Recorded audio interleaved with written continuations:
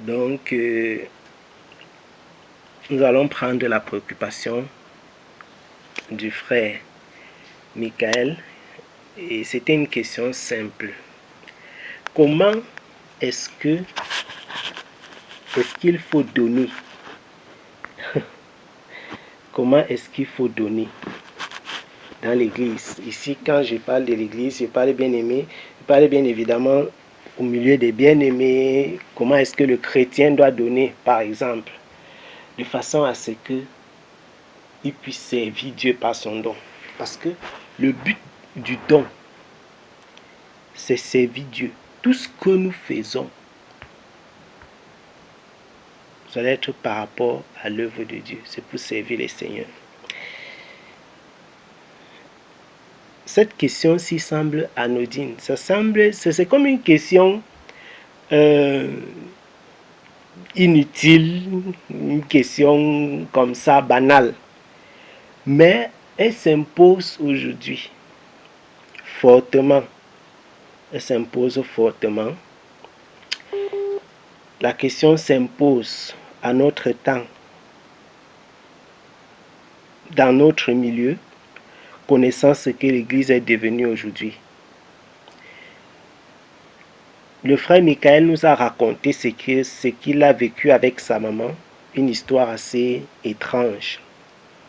En réalité, nous avions prévu déjà depuis quelque temps de parler du don. Comment donner dans l'église, dans l'assemblée, en tant que chrétien, au milieu des bien-aimés, dans la société. Comment donner? Qu'est-ce que la parole de Dieu enseigne en ce qui concerne le fait de donner? Est-ce que c'est conforme à ce que nous voyons en milieu chrétien aujourd'hui? Nous avions déjà prévu de parler de ça. On avait fait quelques ébauches. Et la semaine passée, si j'ai bonne mémoire, ou alors passée, il y a la sœur Jeanne qui était revenue sur une exhortation. Elle avait parlé un peu de ça. Et puis le frère Michael nous a raconté comment sa maman est allée rendre visite à la prison avec de la nourriture. Par la suite, elle en a parlé au pasteur. Et le pasteur a très mal pris. Et d'ailleurs, il a repris sa maman parce qu'elle ne paye pas la dîme. Au contraire, elle a trouvé bon d'aller donner à manger aux prisonniers. Pourtant, l'Église, je crois que je reprends vraiment plus ou moins mot à mot. Je reprends globalement ce qu'il a dit en résumant. L'Église a des chantiers. Visiter les prisonniers, c'est bien. Mais ce n'est pas ça qui est la priorité actuelle pour l'Église parce que l'Église a des chantiers en cours. Et on va faire l'autre là aussi. Ok. Ceci dit, le frère a donc posé la question, comment est-ce qu'il faut donner? Comment est-ce qu'il faut donner? Cette question, le chrétien aujourd'hui doit pouvoir la répondre. En tant qu'enfant de Dieu, nous devons pouvoir répondre à cette question. Comment est-ce qu'il faut donner? Parce que si nous ne réussissons pas à répondre à cette question, nous risquons retomber malheureusement dans l'erreur. Et je ne pense pas que ce soit ce que nous voulons. Ce n'est pas ce que nous voulons. Nous ne voulons pas retomber dans l'erreur. Nous ne voulons pas revivre les erreurs. Je ne pense pas. Nous allons ouvrir pour nous la sœur Grâce ou alors Jeanne. Je ne sais pas si Jeanne si elle a la possibilité de lire. Bien, Grâce va lire pour nous avant que nous n'allions plus loin. Nous allons, tu vas nous lire pour nous 1 Corinthiens, voilà. 1 Corinthiens, chapitre 10. 1 Corinthiens, chapitre 10. Ça, c'est pour poser les fondements de ce que nous allons dire. 1 Corinthiens chapitre 10.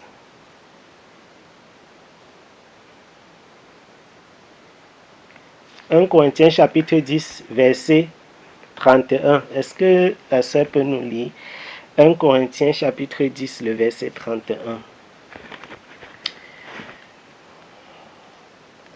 1 Corinthiens chapitre 10, le verset 31.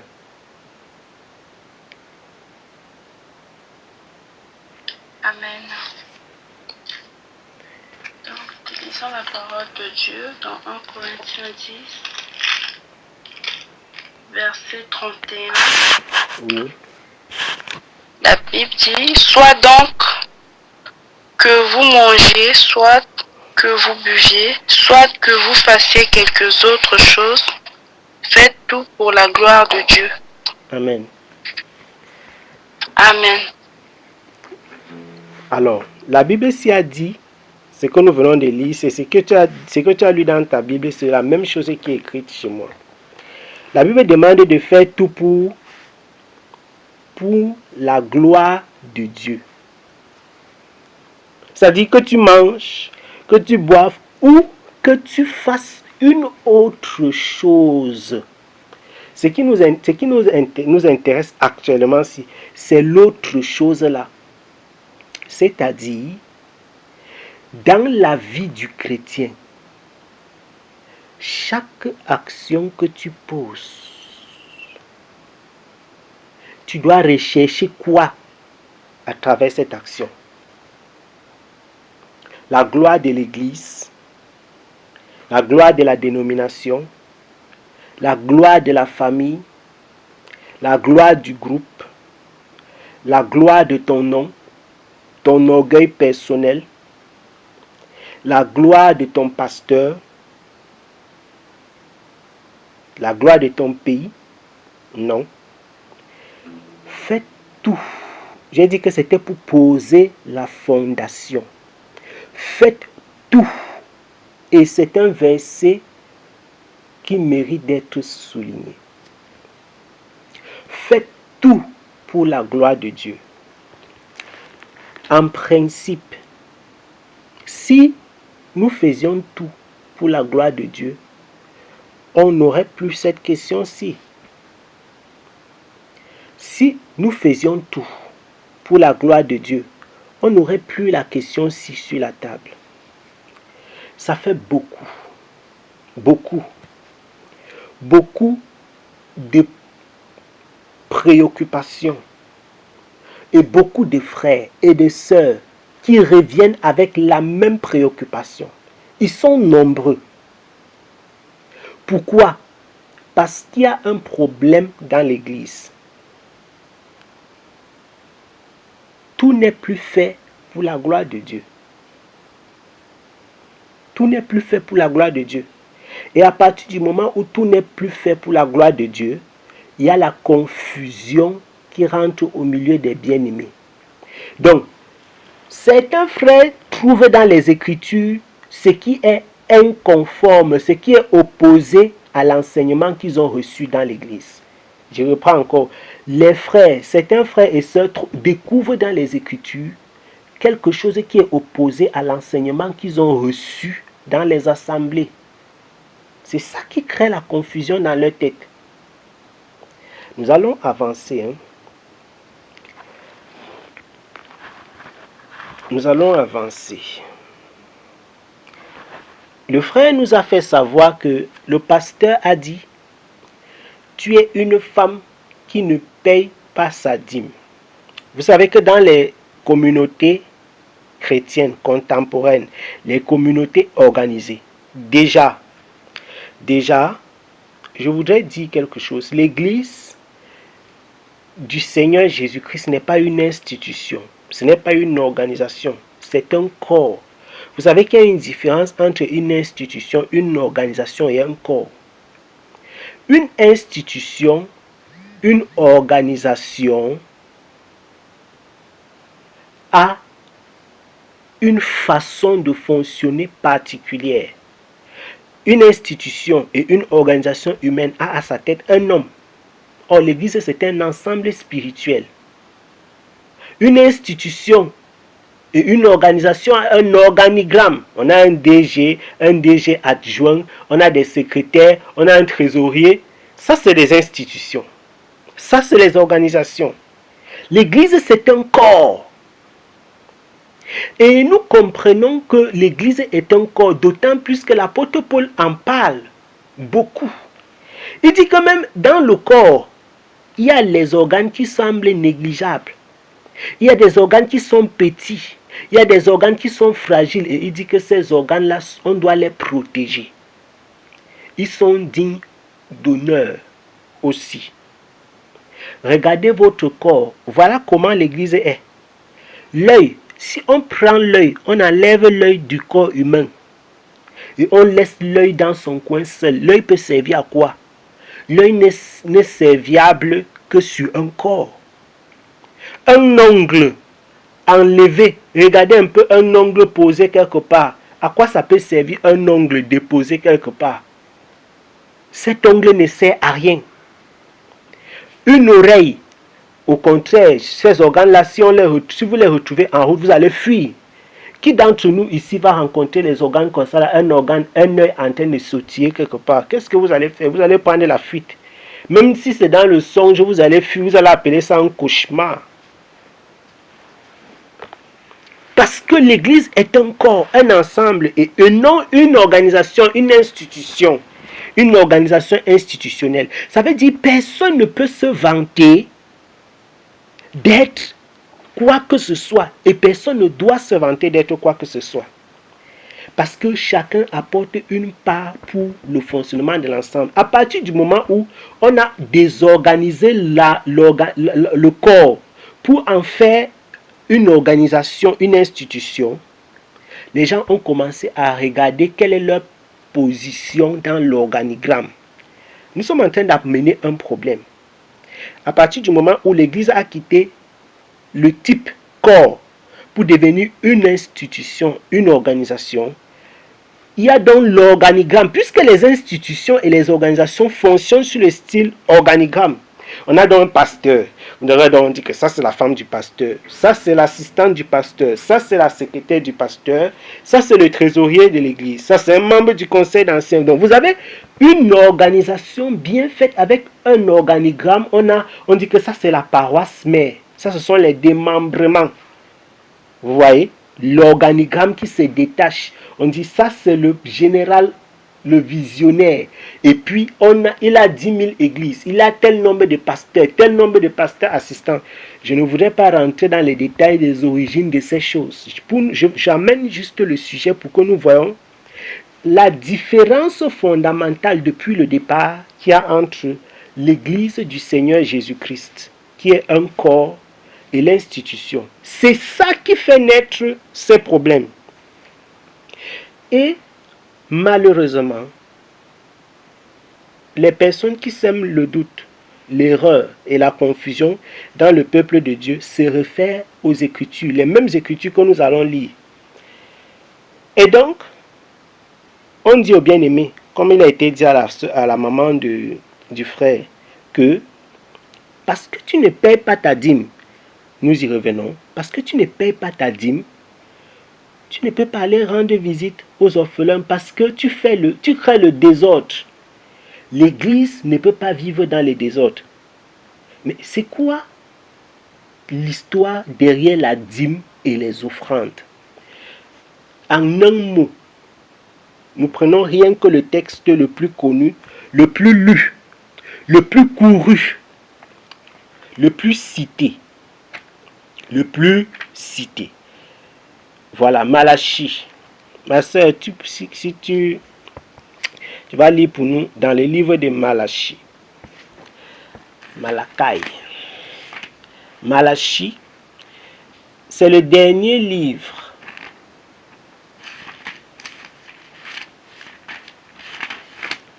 C'est le dernier livre de l'Ancien Testament. Malachie,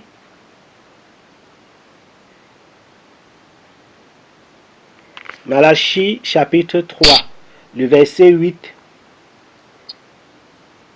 à 10.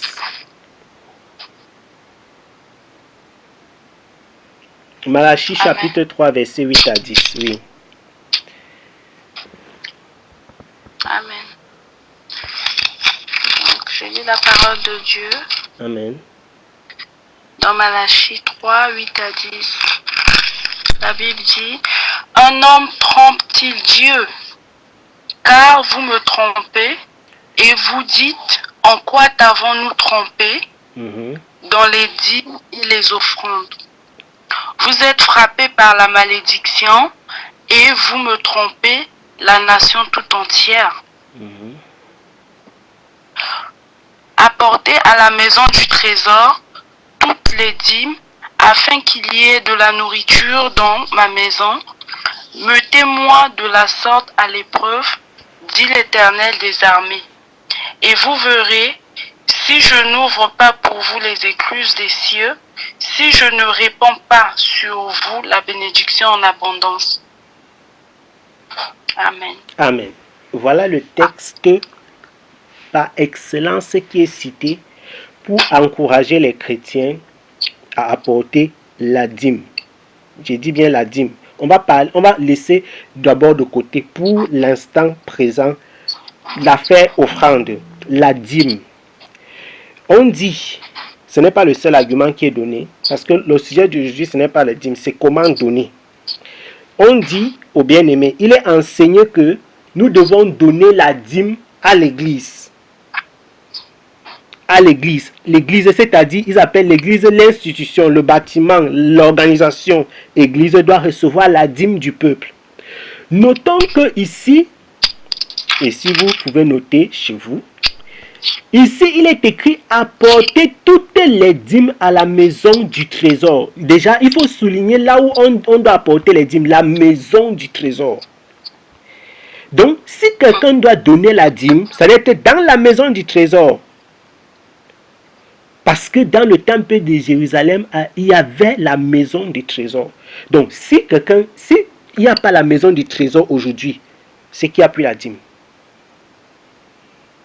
Parce qu'il faut que ce soit à la maison du trésor. On avance. Il dit qu'il y ait provision dans ma maison.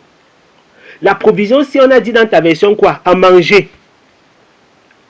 Donc, la dîme dont le Seigneur parle dans Malachie chapitre 3, c'est quoi, ma soeur? Est-ce que c'est... En fait, c'est de l'aide, en fait. C'est de l'aide. C'est sous quelle forme? Dans le texte, on parlait de quoi? De nourriture. La nourriture. Donc, quelqu'un ne devrait pas prendre Malachie chapitre 3 pour te demander d'apporter l'argent. Quelqu'un, je reprends, ne devrait pas prendre Malachie chapitre 3 pour te demander d'apporter les 10% de ton salaire quelque part. Parce que le texte lui-même parle de la nourriture, la provision dans la maison du trésor. Et il y avait un but. Il y avait un but pour lequel Dieu faisait ça. Il y avait un but. L'impôt qui est appelé même la dîme en Israël, il y avait un but dans cet impôt-là. Et beaucoup disent, ah, même Jésus-Christ a payé la dîme. Nous ne sommes pas en train de vouloir parler de la dîme. On pourra un jour prendre le sujet de la dîme. Voir déjà dans les Écritures les différentes sortes de dîmes. La dîme que les peuples devaient donner aux Lévites. La dîme que les Lévites donnaient aux sacrificateurs. La dîme que les sacrificateurs devaient garder dans le temple. Et ensuite, la dîme que le peuple mangeait avec les pauvres dans la maison de Dieu à Jérusalem. Il y avait plusieurs formes de dîmes. La question, c'est laquelle il faut payer. Si on se réfère seulement à Malachie chapitre 3, on est dans l'erreur, puisqu'il y a plusieurs formes de dîmes. Et le temple de Jérusalem n'existe plus. La Bible déclare, votre corps est le temple du Saint-Esprit. Donc, où est-ce qu'il faut donc payer la dîme? Parce qu'on payait la dîme à Jérusalem, puisque c'est là où Dieu avait décidé de faire habiter, résider son nom. C'est là-bas qu'on invoquait le nom de Dieu.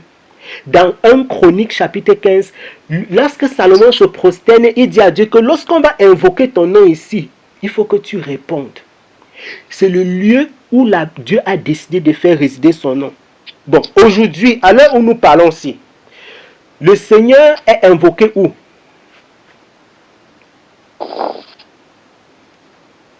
Dans nos cœurs.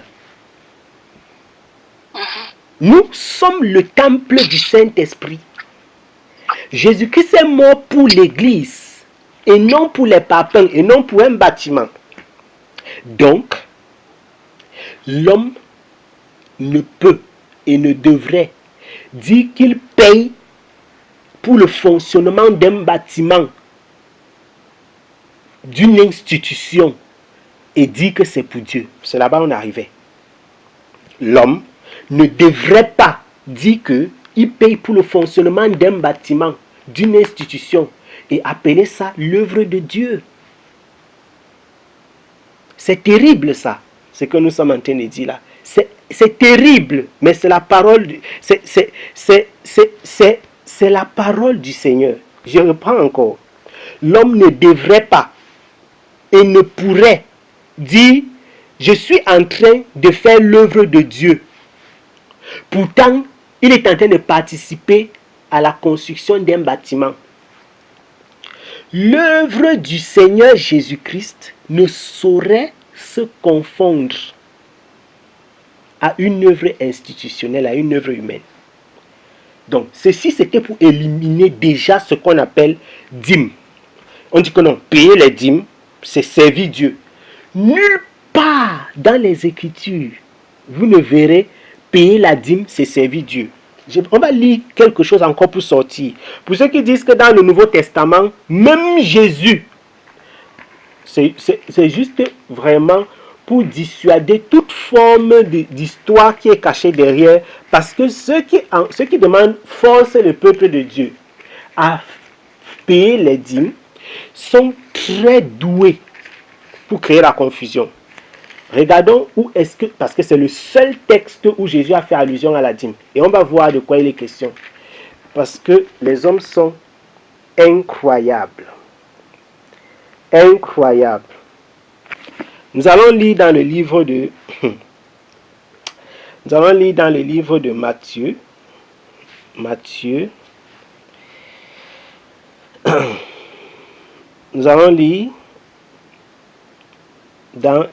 de Matthieu.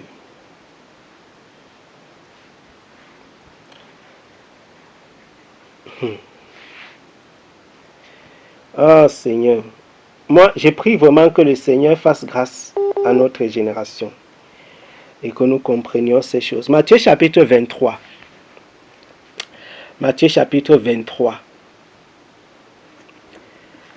Matthieu chapitre 23. Et vous pouvez facilement retenir ce texte. Matthieu 23, verset 23 à... Verset 23, tout simplement. Matthieu 23, 23. Tu peux lire, ma soeur. Matthieu 23, 23. Et puis nous allons fermer pour la dîme. Malheur à vous, scribes et pharisiens hypocrites, parce que vous payez la dîme de la menthe, de l'âneth et du cumin, et que vous laissez ce qui est plus important dans la loi, la justice, la miséricorde et la fidélité. C'est là ce qu'il fallait pratiquer sans négliger les autres choses. Amen. Amen. Alors, la parole dit ceci. La Bible dit que Jésus s'adresse à qui? Aux pharisiens. Aux pharisiens. Jésus ne s'adresse pas aux chrétiens. C'est ça le problème des prédicateurs du siècle présent. Ils ne veulent pas lire les Écritures et prendre du temps pour examiner. Jésus ne s'adresse pas aux chrétiens. Il s'adresse aux pharisiens. Il dit que vous payez, donc vous êtes hypocrite parce que vous payez la dîme des choses les plus simples jusqu'à la menthe, l'âneth, le cumin. Mais vous négligez les choses les plus importantes de la loi. Alors, Jésus-Christ de Nazareth nous a dit quelles sont les choses les plus importantes de la loi. Il a dit quoi? Il a cité 3 choses. La justice, la miséricorde et la fidélité. Ok. Ça veut dire que, est-ce que payer la dîme fait partie des choses les plus importantes de la loi, ma soeur? Non. Non. Nous ne sommes pas en train de traduire, nous sommes en train de lire les Écritures telles que c'est écrit. Jésus dit que vous payez la dîme jusqu'à vous payer les dîmes des choses, c'est-à-dire tu payes la dîme jusqu'à payer les dîmes des choses les plus négligeables. Mais il dit que ce qui est même important, tu ne fais pas. Il dit il y a 3 choses dans la loi qui sont importantes. La justice, la miséricorde et la fidélité. La justice, la miséricorde et la fidélité. Voilà 3 choses qui caractérisent le Seigneur des Seigneurs. Jésus-Christ lui-même, il a été la justice, la miséricorde et la fidélité. Et il dit ce sont ces choses que vous ne faites pas. Maintenant, le fait que le Seigneur ait dit ceci, il fallait faire ces choses et ne pas omettre celle-là. Ça veut dire quoi? Avant même d'arriver au niveau de la dîme, il fallait déjà faire celle-ci.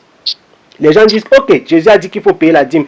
Ce que les gens ne comprennent pas, c'est que Jésus est en train de s'adresser à un peuple qui vit dans la loi et non à un peuple qui vit dans la grâce.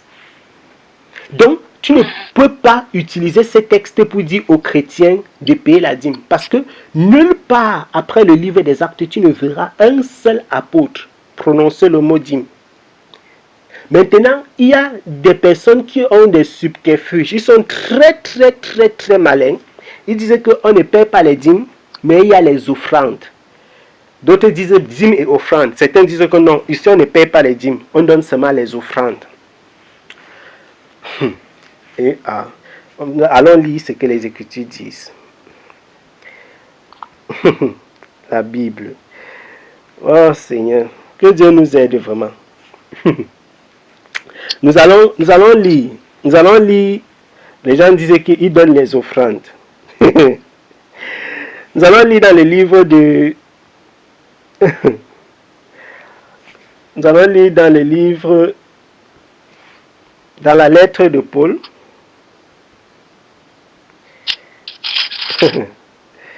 Nous allons lire...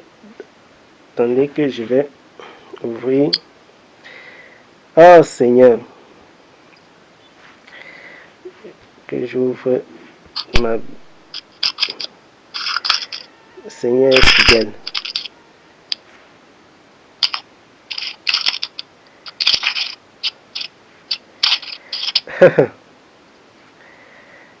Aïe, aïe.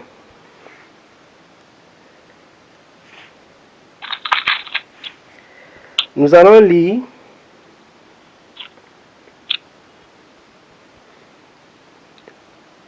oh, toi la gloire, oh ressuscité. Dans 1 Corinthiens, je crois que c'est dans la lettre, dans 2 Corinthiens plutôt, dans la lettre de Paul aux Corinthiens, 2 Corinthiens, toi là, 2 Corinthiens, chapitre 8. Amen. 2 Corinthiens, chapitre 8. Nous allons lire à partir du verset 1 au verset 6. 2 Corinthiens 8, verset 1 à 6. Amen. Amen. Nous vous faisons connaître, frères, la grâce de Dieu qui s'est manifestée dans les églises de la Macédoine, au milieu de beaucoup de tribulations qui les ont éprouvées. Leur joie débordante et leur pauvreté profonde ont produit avec abondance de riches libéralités de leur part. Ils ont, je l'atteste, donné volontairement selon leurs moyens et même au-delà de leurs moyens. nous demandons avec de grandes instances la grâce de prendre part à l'assistance destinée aux saints. Et non seulement ils ont contribué comme nous l'espérions, mais ils se sont d'abord donnés eux-mêmes au Seigneur, puis à nous, par la volonté de Dieu. Nous avons donc engagé Tite à achever chez vous cette œuvre de bienfaisance comme il l'avait commencé. De même que vous excellez en toutes choses, en foi, en parole, en connaissance, en zèle, à tout égard et dans votre amour pour nous, faites en sorte d'exceller aussi dans cette œuvre de bienfaisance. Amen. Je suis allé jusqu'à 7. Voilà. Amen. Alors, l'apôtre Paul dit quelque chose. Paul dit que nous prions très instamment de recevoir cette aumône, de leur contribution pour l'assistance des saints. La contribution dont on parle ici, c'est ça qui est appelé dans les églises, entre guillemets, dans les dénominations. Quand moi je parle d'église ici, dans ce contexte, c'est pas les dénominations. C'est ça qui est appelé encore les offrandes.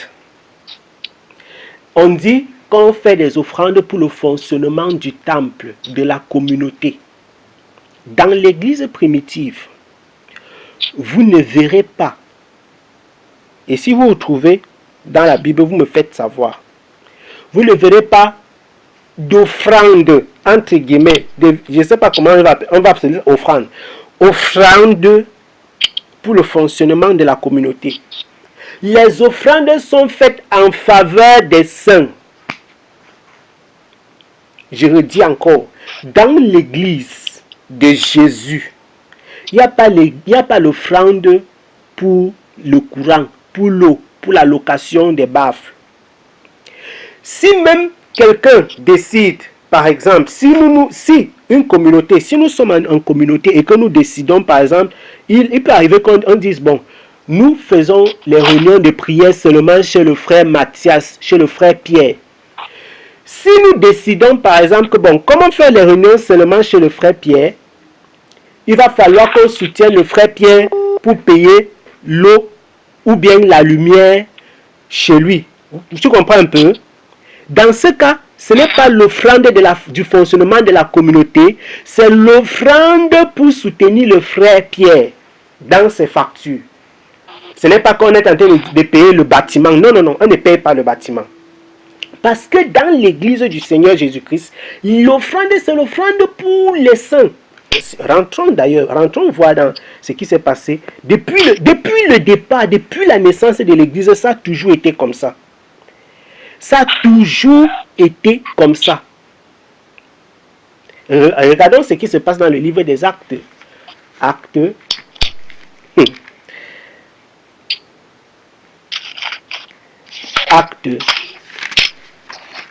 Si on lit dans le livre des Actes,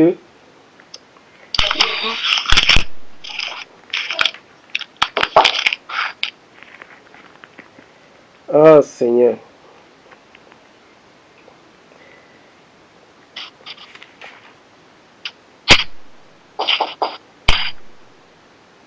Dans Actes, je vais lire, on va lire dans Actes chapitre 4.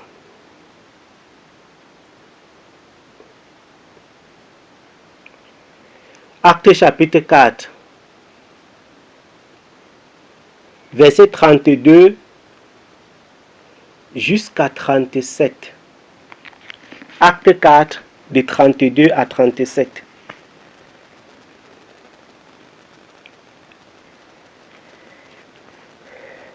Acte 4, de 32 à 37.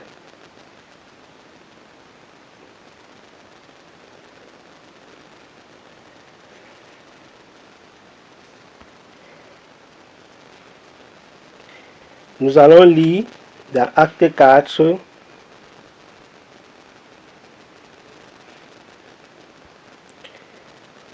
Actes chapitre 4.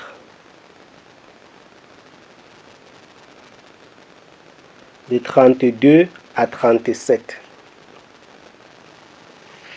Si vous y êtes, je crois que je vais lire.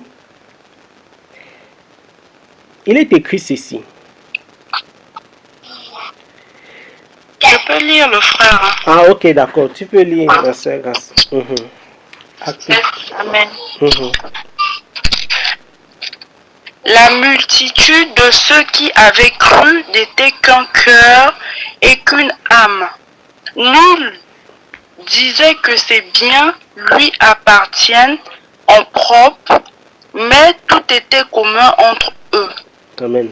Les apôtres rendaient avec beaucoup de force témoignage de la résurrection du Seigneur Jésus. Et une grande grâce reposait sur eux tous. Car il n'y avait parmi eux aucun indigent. Tous ceux qui possédaient des champs ou des maisons les vendaient, apportaient le prix de ce qu'ils avaient vendu et le déposaient aux pieds des apôtres. Et l'on faisait des distributions à chacun selon qu'il en avait besoin. Joseph, surnommé par les apôtres Barnabas, ce qui signifie fils d'exhortation, lévite originaire de Chypre, vendit un champ qu'il possédait, apporta l'argent et le déposa aux pieds des apôtres. Amen. Amen. Voici les messages même pour lesquels les gens détestent la vérité. Les types de messages sur lesquels nous sommes ici. Voici les messages même pour lesquels les gens détestent la vérité. Ça, c'est l'un des messages que Dieu m'a donné quand le Seigneur m'a appelé. J'ai encore clairement dans mes yeux une vision que j'avais vue de l'église. L'église est une organisation telle que on la voit aujourd'hui, avec les pasteurs, avec un grand trône élevé, avec beaucoup d'or, et des hommes qui se battaient à cause des biens. J'en ai parlé à l'époque avec quelques personnes. Le message-ci, c'est celui que les hommes qui vivent dans la cupidité ne veulent pas écouter. Alors, tendez bien l'oreille. Ouvrez vos yeux et lisons. Parce que nous n'allons pas lire autre chose que ce qui est écrit. Et je ne vais pas interpréter dans une autre langue. C'est en français déjà, ce que nous avons lu. Voici ce qui est écrit, ce que nous avons lu. Nous avons d'abord lu dans 2 Corinthiens. Nous avons lu dans 2 Corinthiens. Vous avez toujours vos Bibles. Dans 2 Corinthiens, nous avons lu. Paul a parlé de l'assistance pour l'église. Il a parlé d'une église qui a supplié, qui a dit que vraiment nous voulons participer, nous voulons contribuer pour notre église. Et ils ont contribué volontairement. J'espère que vous avez souligné tous ces mots volontairement et même au-delà de ce qui est demandé. Paul n'avait pas dit que donner la dîme. Non, non, non. Paul n'a pas dit que donner les 10% de votre salaire. Non, non, non. Paul a dit, il y a telle église. C'est-à-dire, par exemple, nous disons, il y a telle soeur qui est malade. Il y a tel frère qui est souffrant. Il y a telle soeur qui vit dehors. Il y a telle soeur qui n'arrive pas à payer les factures. Il y a telle veuve à tel endroit. Il y a tel orphelin. Et puis les gens décident de leur propre cœur de donner selon leurs avoirs. Et certains vont au-delà même. Bon, de leurs avoirs. Lisons un peu ce qui est écrit ici. Ce qui est écrit dans le livre des Actes au chapitre 4. Ça, c'est le soupir de mon cœur. Actes chapitre 4 que nous venons de lire là, bien aimé. C'est la plus belle église qui soit. Le texte que nous venons de lire là, encadrez ça dans votre Bible et vous soulignez. Ça, c'est la plus belle des églises qui puisse exister dans le monde. Actes chapitre 3, le verset 32 jusqu'à la fin. Ça, c'est la plus belle église du monde. Là, écoutez, regardez comment c'est merveilleux ce qui est écrit. La Bible dit, la multitude de ceux qui avaient cru n'était qu'un cœur et qu'une âme. Incroyable. Vous savez ce que ça veut dire être un cœur et une âme? C'est-à-dire, on a dit, nous voulons savoir c'est comment il faut donner. On a écarté la dîme. Nous sommes en train d'écarter les offrandes bizarres. Et on est en train de montrer que dans l'église de Jésus, le don, c'est en faveur des saints. Ce n'est pas en fonction du bâtiment. Ce n'est pas en faveur du bâtiment. Écoutez ce que dit Luc. Luc dit que l'église, que ceux qui avaient cru étaient un cœur et une âme. Bien-aimés, ce texte, il est merveilleux. Il est même émouvant. Vous comprenez un peu? Il est émouvant, pourquoi? Parce que quand on te dit que quelqu'un est un cœur, une âme avec quelqu'un, ça veut dire que quand je vois le problème de la sœur Adèle, quand je vois le problème de la sœur Grace, je prends ça comme mon problème. Et tant que la sœur Grace n'est pas sortie de sa situation, je ne suis pas tranquille. Voilà l'église. Je gêne même de mon côté, sans jamais dire à la sœur Adèle que je gêne pour elle. Voilà l'église. Je prie quand je me couche. Je pense au problème de mes veilles. Je prie. Quand je me couche, quand je marche, je pense au problème de Maman Bonheur. Je prie. Je pense au problème de Sorel. Je prie. Je pense au problème de la sœur Grace, je prie. Je pense au problème de, je ne sais pas, Olive. Je pense au problème de Jeanne, je prie. Je prends des moments de jeûne sans jamais leur en parler. Je vois le problème, j'observe que la sœur Grace traverse des difficultés.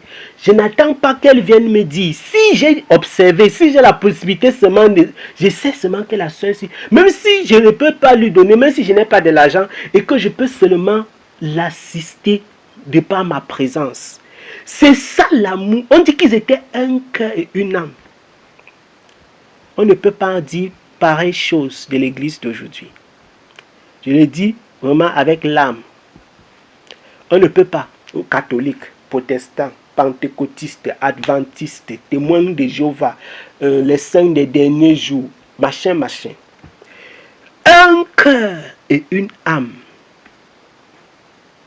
C'est arrivé à un point où les pasteurs, entre guillemets, entre parenthèses, le pasteur demandait à un chrétien de ne pas aider un pauvre, de ne pas assister un prisonnier, parce qu'il y a l'œuvre de la communauté bâtiment, de l'institution, dénomination.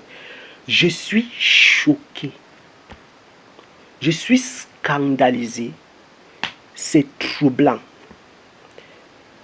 Ça, c'est l'œuvre de l'homme. Ce n'est pas l'œuvre de Dieu. Vraiment, le monde a créé son christianisme. Nous ne sommes plus dans le christianisme que Jésus-Christ a. C'est-à-dire, ça s'appelle christianisme de nom. Mais ce n'est plus rien à voir avec Jésus-Christ de Nazareth. Rien à voir avec le Seigneur. La Bible, on dit que personne ne disait que rien de ce qu'il possédait fut à lui. Mais toutes choses étaient communes entre eux. J'ai la voiture. Si je te rencontre, je te porte. Je prends les choses de notre vue d'aujourd'hui. J'ai ma maison. Il y a une chambre vide. Je dis dans la communauté, vous pouvez venir habiter avec moi.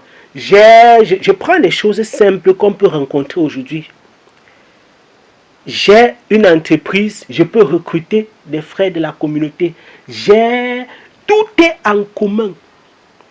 Ils mettaient tout en commun. Si tu as besoin de 100 francs pour vivre et que tu as 200, tu viens avec 100 francs qui est au-dessus. On parlait de l'amour. Les gens disent vraiment, on a l'amour, il y a trop l'amour, Quel amour? L'église primitive a connu ce qu'on appelle l'amour parmi les frères.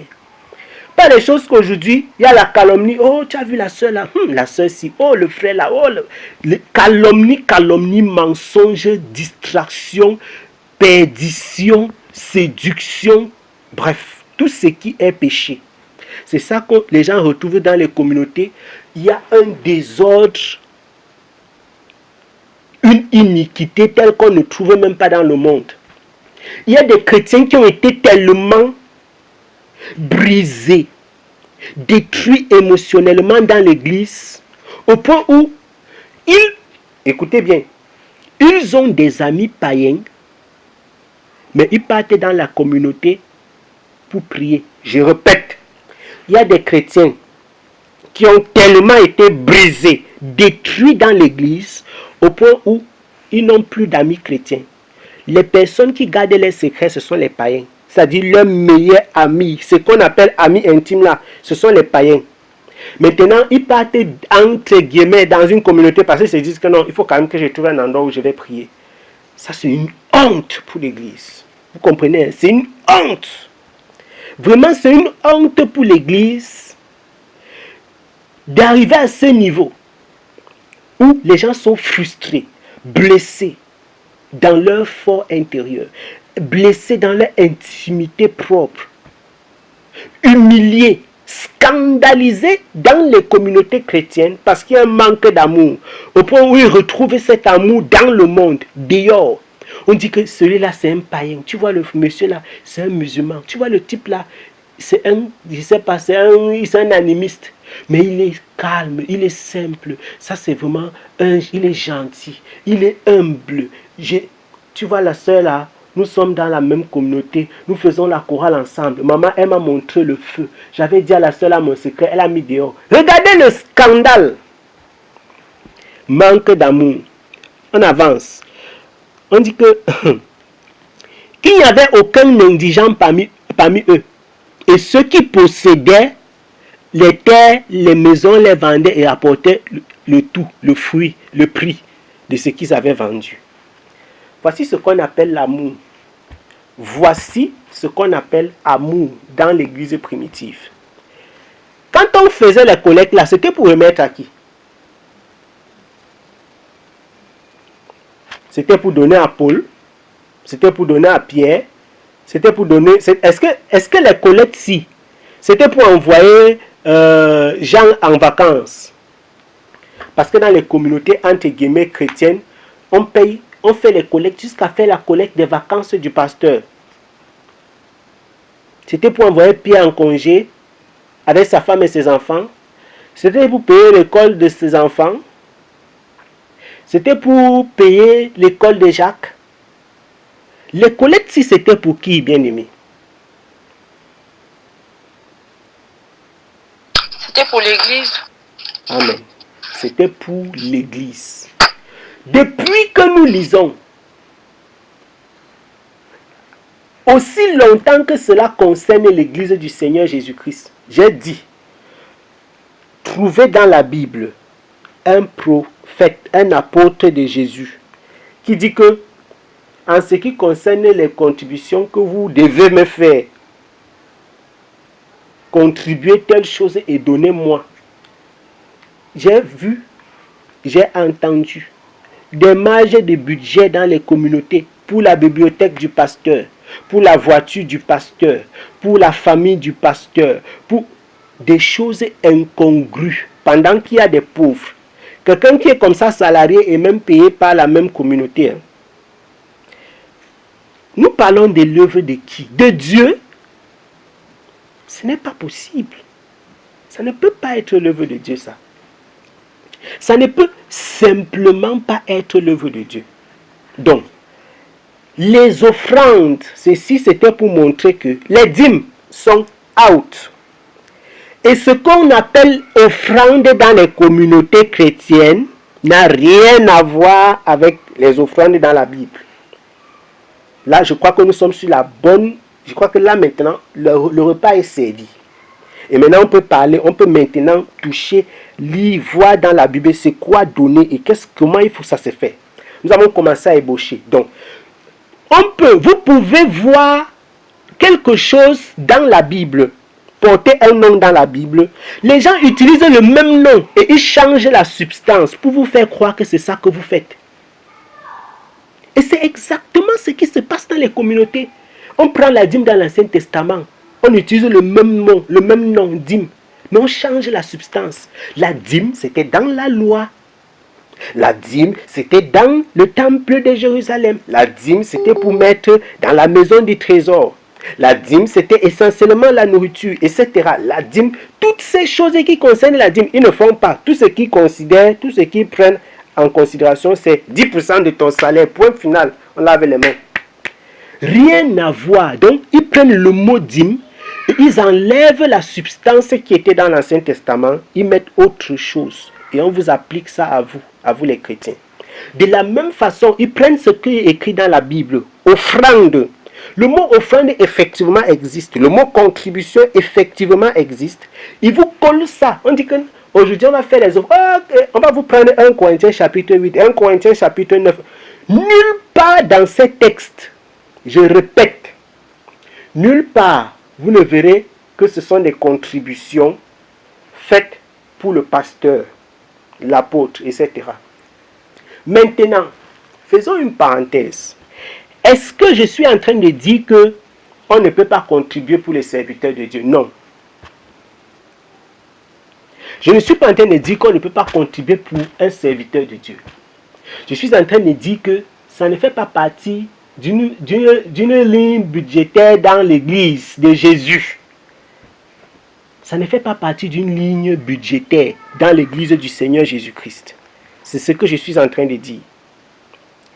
Je suis en train de dire, parce que en fait, le chrétien, parce qu'il faut le souligner, le chrétien intelligent, je répète encore, le chrétien intelligent et le chrétien spirituel qui connaît les choses de Dieu, il n'attend pas qu'on lui demande de donner. C'est-à-dire moi, quand je veux donner à une veuve, à un orphelin, ce n'est même pas dans le cadre d'une organisation, c'est un truc personnel. Je ne peux pas attendre que quelqu'un vienne me dire que donne. Quand je vois un serviteur de Dieu et que le Seigneur me met à cœur de lui donner quelque chose, je n'attends pas qu'il me demande. Vous voyez? Je n'attends pas qu'il me demande parce que c'est une bénédiction de donner. La Bible dit, il y a plus de bonheur à donner qu'à recevoir. Mais les gens font comme si, je ne sais pas, il faut mettre la pression aux chrétiens, non, donner au pasteur, donner au prophète. Non, c'est pas comme ça se passe. D'ailleurs, si on te met la pression pour donner, ce n'est plus un don. Je répète, si on te met la pression pour donner, ce n'est plus un don. Don veut dire que tu donnes. Et en principe, dans l'un don, il y a volonté. Quand il n'y a plus la volonté, c'est une contrainte. En principe, derrière le don, il devrait avoir la volonté libre. Le choix libre. Quand derrière un don, il n'y a plus le fait d'avoir donné librement, c'est une contrainte.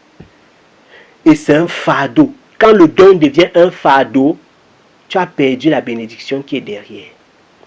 Vous comprenez donc pourquoi ceux qui demandent aux chrétiens, oh, donnez les 10%, signez ici, à la fin du mois, après on commence à courir derrière toi le 10 du mois. Madame telle, tu n'as pas encore versé ta dîme du mois, mais c'est tel, on les appelle même au téléphone. Ce mois-ci, tu as versé tel montant. Tu as même les enfants malades, non, on ne veut pas savoir.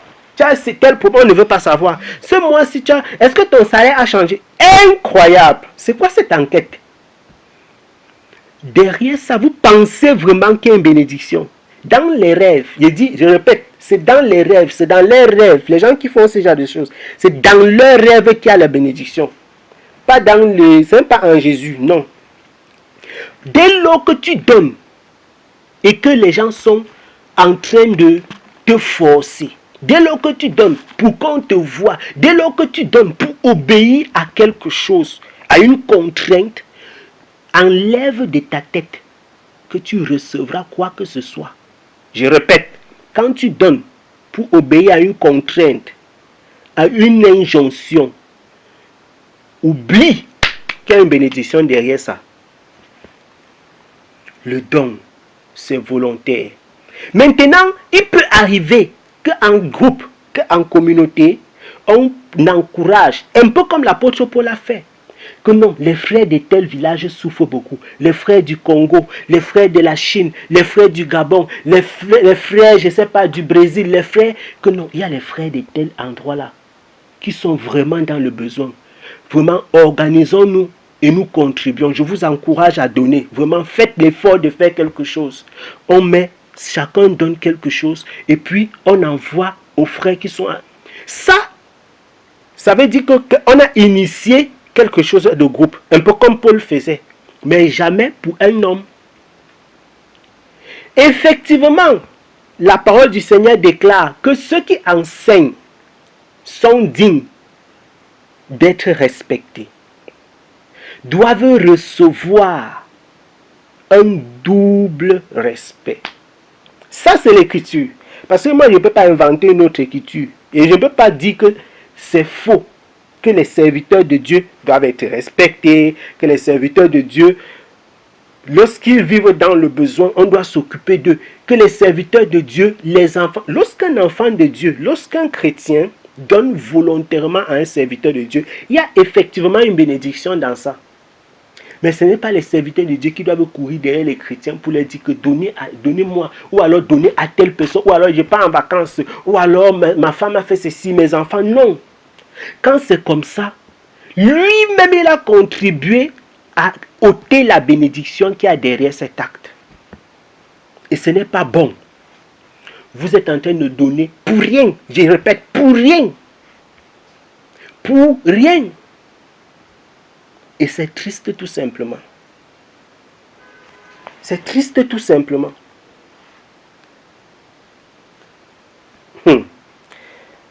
Nous allons lire.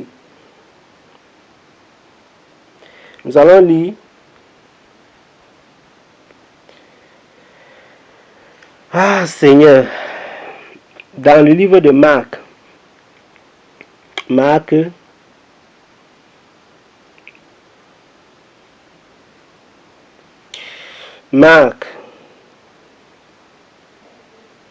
chapitre 12. Marc chapitre 12. Les versets 41 à 44. Marc 12. Les versets 41 à 44.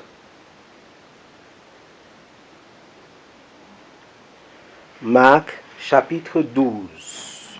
Les versets 41 à 44.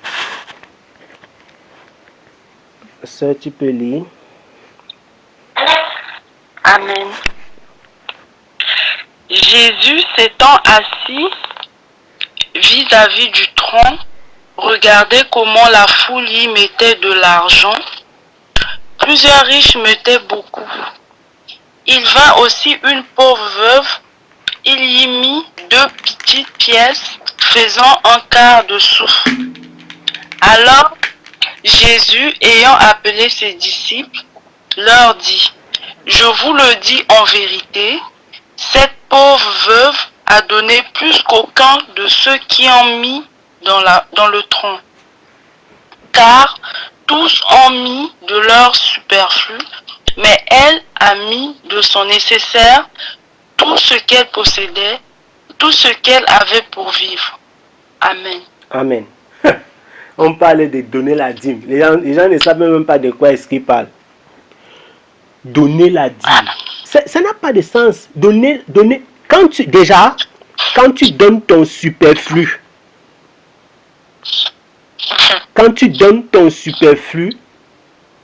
c'est comme si tu n'avais rien fait. Le don. Dans le don, il y a de l'amour, mes bien-aimés. Dans le don, il y a un sentiment qui doit conduire le don. Nous sommes en train d'étudier. Qu'est-ce que la Bible enseigne? Donner, c'est quoi dans les Écritures? C'est ça nous voulons comprendre. afin que les enfants de Dieu sortent de l'erreur en ce qui concerne le don. Parce qu'il y a des gens ici dehors qui donnent l'argent chaque mois. Ils dépensent des dizaines de milliers de francs. Ils dépensent des dizaines et voire même des centaines d'euros. Pour zéro. Il y a zéro bénédiction dans ça. Zéro bénédiction. Je dis encore. Dans leur tête, ils ont des bénédictions parce qu'ils voient comment les affaires fonctionnent. Ils disent que non, parce que nous payons la dîme, c'est pourquoi. Ce n'est pas pour ça. Et quand vous allez voir la vérité avec les yeux, vous saurez et vous comprendrez que ce n'était pas pour ça.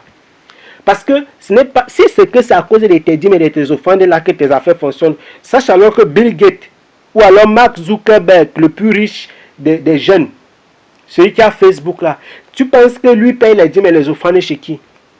Donc ceux qui regardent les activités qui fonctionnent et qui disent que c'est parce qu'ils ont payé les dîmes, vraiment, vous êtes en train de prendre Dieu pour un pauvre con. C'est-à-dire, pour un monsieur qui te bénit quand tu lui donnes. Mais tu peux donner quoi à Dieu? L'homme peut donner quoi à Dieu? C'est terrible. C'est-à-dire, Dieu fonctionne sur le principe humain. Tu me donnes, je te donne. Tu ne me donnes pas, je ne te donne pas. C'est une grosse blague. Maintenant, qu'est-ce que le texte ici dit? Le texte nous dit que la femme-ci, elle est pauvre. C'est la caractéristique. On sait qu'elle a deux choses. Il y a deux choses pour identifier la femme-ci. Elle était pauvre et elle était vieille. Elle a donné 2 pièces d'argent. Et c'était tout ce qu'elle avait. Jésus dit qu'elle a donné plus. Donc, donner selon Dieu, ce n'est pas la quantité. Marquez ça quelque part dans le cerveau. Bien, bien, bien. Je répète. Donner selon Dieu, ce n'est pas la quantité.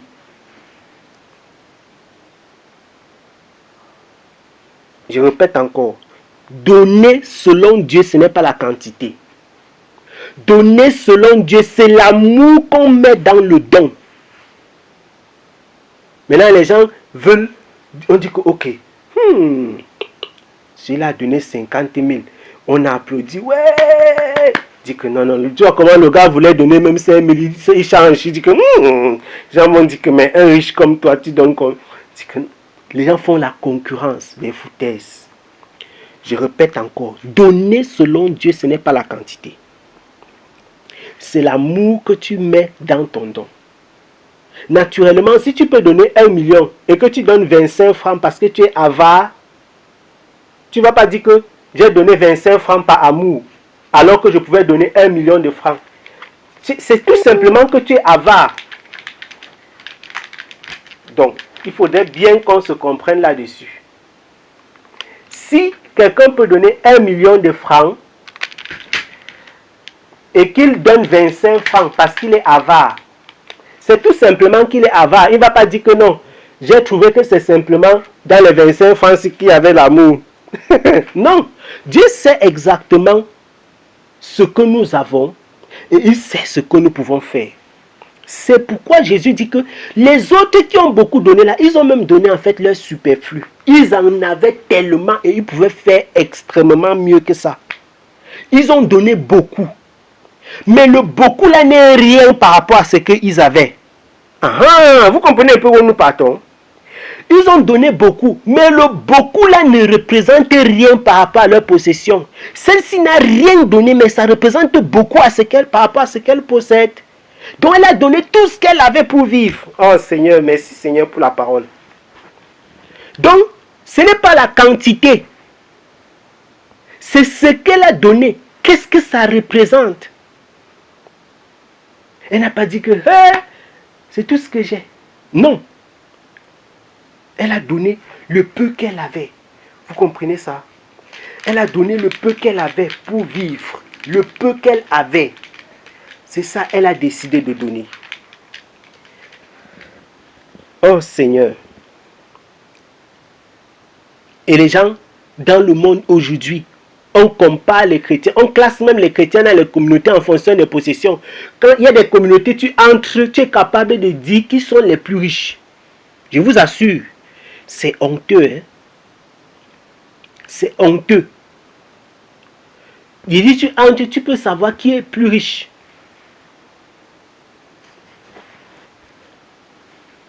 Tu peux savoir qui est plus riche. Vraiment, c'est triste.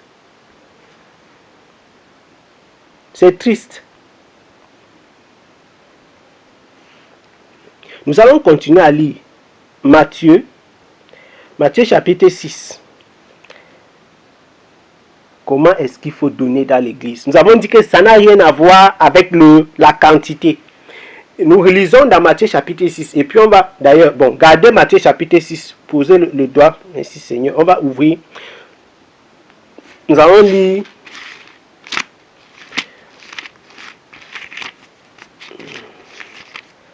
1 Corinthiens chapitre 13. 1 Corinthiens chapitre 13. Nous allons lire 1 Corinthiens chapitre 13.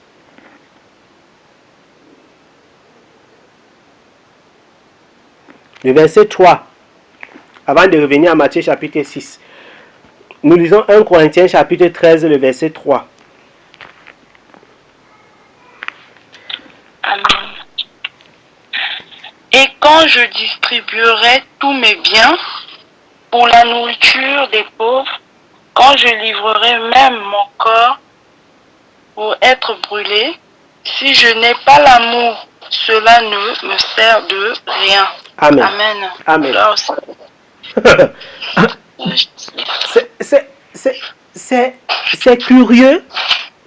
Vous voyez comment nous sommes poussés, mes bien-aimés, à servir le monde, à servir les hommes, à servir les institutions et non à suivre le Seigneur et non à marcher selon la parole de Dieu. Quand tu vas quand tu vas mettre ton nom dans un cahier qu'on appelle le cahier des offrandes, le cahier des dîmes, quand tu vas te mettre sous un joug et tu appelles ça servir Dieu, à partir du moment où tu ne le fais plus par amour, Paul dit que ça fait comment? C'est pour rien. Il dit que ça ne sert à rien en fait. Écoutez ce que Paul dit, que tu distribues tous tes biens. Il n'a pas dit que si tu donnes la dîme. Vraiment les Écritures. Je ne sais pas si les gens sont conscients de ces choses. Ça, c'est des choses spirituelles. Paul dit que tu as donné tout. Donc, tu portes toute ta maison, tu portes tous tes biens, tu vends tout et tu donnes argent aux gens.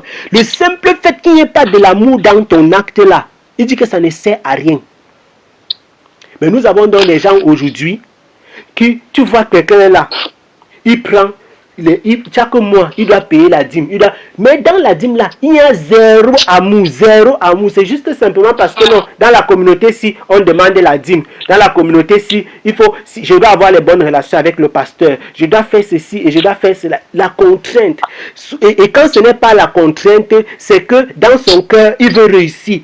Donc, toi, tu veux donner à Dieu parce que tu veux que tes affaires marchent, c'est ça. Donc, tu es plus sage que Dieu. En fait, tu veux escroquer Dieu. Vous voyez comment Satan nous pousse à faire des bêtises. Ce n'est pas par amour que tu donnes, en fait. Ah, ok, tu veux que Dieu exauce tes prières, je comprends.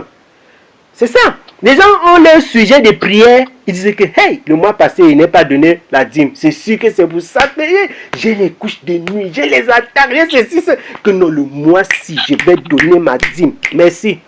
Donc, tu penses que Dieu te protège parce que tu donnes la dîme. Toi, tu peux donner quoi à Dieu? C'est ça le problème. Et vous voyez donc comment les gens se perdent pas. Ils se perdent carrément, ils ne connaissent pas Dieu. L'homme peut donner quoi à Dieu? Nous faisons du bien par amour. Si nous donnons à une femme pauvre, à un orphelin, à une veuve, c'est l'amour. Ça ne doit jamais être par contrainte. Ce n'est pas parce que j'ai le sujet de prière que je dois donner à quelqu'un. Ce n'est pas parce que j'attends une bénédiction de Dieu. Ce n'est pas parce que je veux que mes affaires marchent. Ce n'est pas parce que je suis en train de prier pour avoir l'onction. Non. Oh Seigneur, que Dieu nous aide. Que Dieu nous aide. Vraiment que le Seigneur nous aide. Je donne par amour. La Bible déclare que même si tu donnes tout, et que il y a dans le cœur là, dans ton acte, il n'y a pas d'amour, tu n'as rien fait. Tu n'as rien foutu. Donc, mes bien-aimés, dans tout acte, souvenez-vous de ce que nous avons dit tout dès le départ. 1 Corinthiens chapitre 10. Que tout ce que nous faisons doit être pour la gloire de Dieu. Ce n'est pas pour rien que j'ai donné le verset là comme verset de fondation. Tout ce que tu fais, pose-toi toujours la question, ça c'est pourquoi? C'est parce que j'ai un sujet de prière, c'est parce que je veux que tel frère me regarde, c'est parce que je veux être l'ami du pasteur, c'est parce que je veux que le frère Jacques, le frère Pierre, le frère Timothée me voient bien, c'est parce que je veux être l'ami de quelqu'un. Non. Je veux le faire pour la gloire de Dieu. Ok. Matthieu chapitre 6. Oh Seigneur. Matthieu chapitre 6. Le verset 1 à 5. Matthieu 6. Le verset 1 à 5. Ah Seigneur, que Dieu nous aide dans ce monde. Matthieu chapitre 6. Verset 1 à 5. 1 à 5, merci le frère. Gardez-vous de pratiquer votre justice devant les hommes pour en être vus. Autrement, vous n'aurez point de récompense auprès de votre Père qui est dans les cieux. Lors donc tu fais l'aumône, ne sonne pas de la trompette devant toi, comme font les hypocrites dans les synagogues et dans les rues, afin d'être glorifiés par les hommes. Je vous le dis en vérité, ils reçoivent leur récompense. Mais quand tu fais l'aumône, que ta main gauche ne sache pas ce que fait ta droite, afin que ton aumône se fasse en secret, et ton Père qui voit dans le secret te le rendra. Lorsque vous priez, ne soyez pas comme les hypocrites qui aiment à prier debout dans les synagogues et au coin des rues pour être vus des hommes. Je vous le dis en vérité, ils reçoivent leur récompense. Amen. Mais quand tu pries... Oui, c'est bon, on peut s'arrêter là, ma soeur. Amen. Amen. Ils ont déjà leur récompense. Dans le texte ici, on parlait de deux choses. Les offrandes, l'aumône et la prière. Donc, il y a des gens qui amènent les caméras. Oh, je suis en train de jeûner, je suis sur la montagne. Regardez comment j'ai perdu 6 kilos. C'est-à-dire, il y a des choses que quand je regarde dans notre fonctionnement de l'église d'aujourd'hui, je me demande seulement, les gens font quoi? Tu ne comprends pas en fait. Qu'est-ce que vous fabriquez quoi en fait? Vous voulez étonner qui? Tu veux étonner Dieu? Tu veux étonner qui? Le Saint-Esprit? Je ne sais pas. Tu ne peux pas, l'homme ne peut pas, tu ne peux pas ni surprendre ni étonner le Seigneur. Donc, c'est l'orgueil, c'est l'hypocrisie des hommes. C'est le m'avez-vous vu? Le Seigneur, ici c'est Jésus qui parle. Jésus dit que gardez-vous de pratiquer votre justice devant les hommes. Il ne s'est pas arrêté là. Il a dit pour être vu. J'aime ça, la précision de la Bible, les Écritures. Pour être vu. Il faut souligner la partie là. Donc, tu te lèves. Les choses, il y a les gens qui aiment bien la période qu'on appelle don de reconnaissance dans les communautés. Ah Seigneur. Et puis ils vont venir se lever pour danser. Après on va dire que telle famille a donné 120 000. Tu vois comment quelqu'un est derrière comme ça, il dit que la famille si, moi-même je dois. Merci. Vous voyez comment on fait naître la comparaison, l'orgueil et les choses semblables dans les cœurs des chrétiens. Parce qu'on ne peut plus faire les dons de façon anonyme. Dans les communautés, la famille telle a donné tel montant, la famille telle a fait ceci, la famille telle a fait cela. Quelle horreur! Quelle horreur! D'abord que don de reconnaissance, je ne sais pas d'où ça vient. Je ne sais pas, ça dit, je n'ai même pas envie d'entrer dans les détails des choses, de ce genre de trucs. On dit que non, tel groupe a donné ceci. Vraiment? Le problème, c'est que ces choses, ça sort d'où? Pas des Écritures, pas de la Bible de Jésus en tout cas. Peut-être des règlements intérieurs des communautés. Ok. Mais pas la Bible de Jésus-Christ de Nazareth. Pas la Bible de Dieu. Non, non, non, c'est pas de là ça sort. On pousse les gens à la comparaison. Combien de chrétiens dans certaines communautés, je vous parle des exemples, des choses du vécu. Combien de fois les gens se sont sentis frustrés, ils n'ont même pas donné ce qu'ils sont quittés à la maison avec parce que tu arrives comme ça là, certains jours, on dit qu'aujourd'hui il y a la collecte de telles choses. On ne veut pas ce qui fait les bruits, qu'aujourd'hui on veut seulement ce qui ne fait pas les bruits, comme ça pour vous dire que vous devez donner les billets. Mais le marketing quoi, dans ce qu'ils appellent entre guillemets la maison de Dieu. On ne veut pas les pièces jaunes, par exemple. On veut seulement donc, c'est pour dire que vraiment, des choses pareilles. On pousse les gens à regarder. J'ai vu des communautés où on pose l'offrande sur la table. Mais le sacrilège. Tu marches comme ça. Et puis tu viens, tu poses l'offrande sur la table. Les gens ramassent pour compter. Mais c'est terrible. Tout ça parce qu'on veut exposer les gens. Et puis, comme tu avais prévu de donner 100 francs ou bien 500, tu dois donner 1000 francs ou 2000 parce qu'on m'a dit que les types, si les fonctionnaires, non, ils donnent seulement 500, ils donnent seulement 100 francs. Vous voyez? Tout ça parce que on veut faire naître des choses qui ne sont pas divines. Ce n'est pas de Dieu. Comme le dit le Saint-Esprit, cette sagesse n'est pas spirituelle. Ce n'est pas la sagesse de Dieu, c'est la sagesse de la chair. C'est la sagesse de la chair. C'est la sagesse de la chair. Oh Seigneur, vraiment, nous avons besoin de la grâce de Dieu. Nous avons besoin de la grâce de Dieu. Nous avons besoin de la grâce du Seigneur. Vraiment. Nous avons besoin de sa grâce.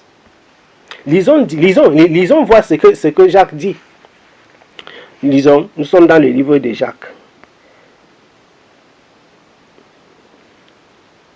Jacques. Nous n'allons plus traîner, je pense. Jacques. Pour ceux qui...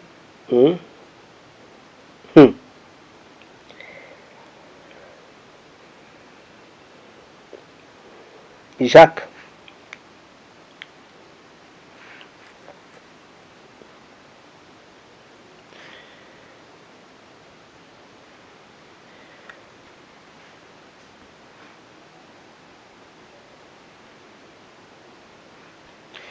Jacques, chapitre 1.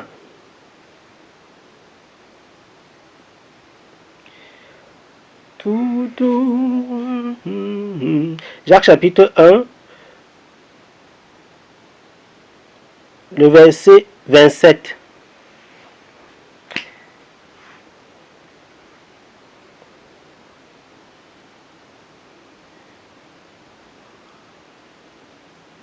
Amen. La religion pure et sans tache devant Dieu notre Père consiste à visiter les orphelins et les veuves dans leur affliction et à se préserver des souillures du monde. Amen. Ah, ma soeur, on a dit que la religion pure et sans tache devant Dieu, c'est visiter les orphelins et les veuves dans les afflictions. Alléluia. Et se préserver des souillures du monde. Et regardez comment les Écritures sont simples.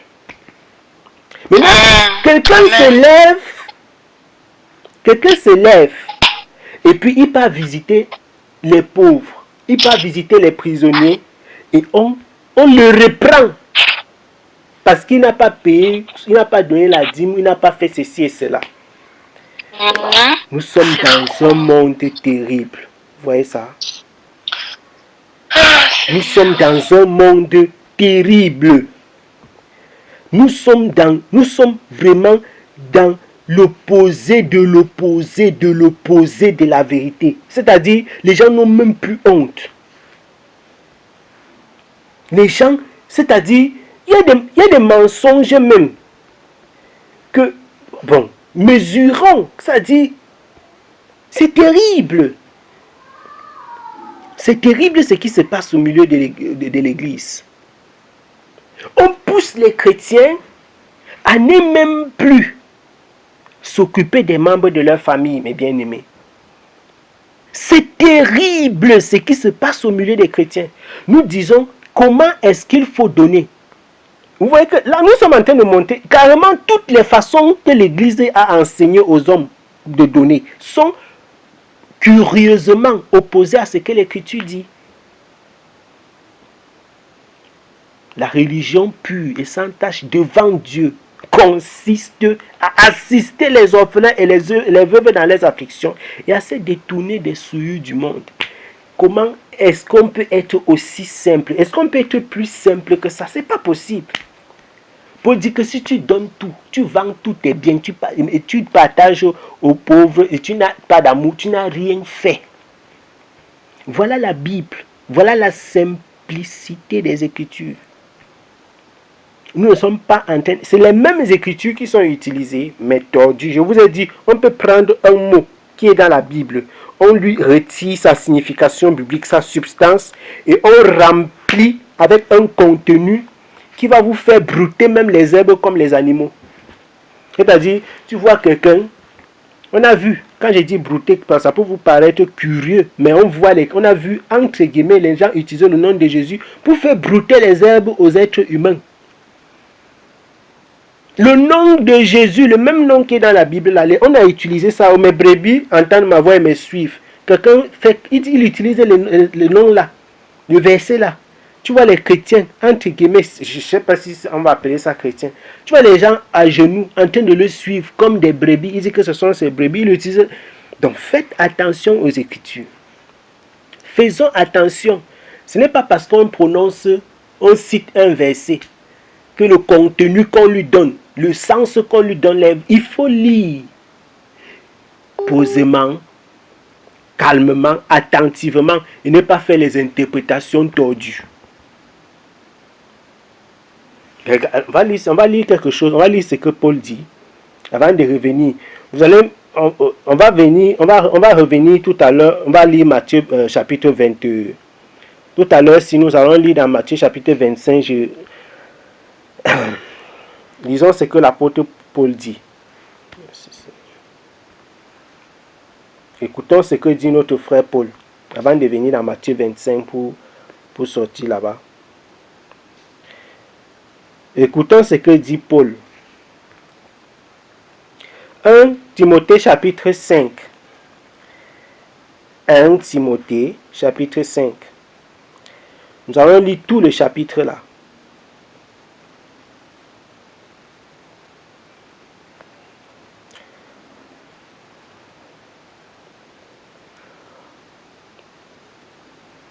Amen.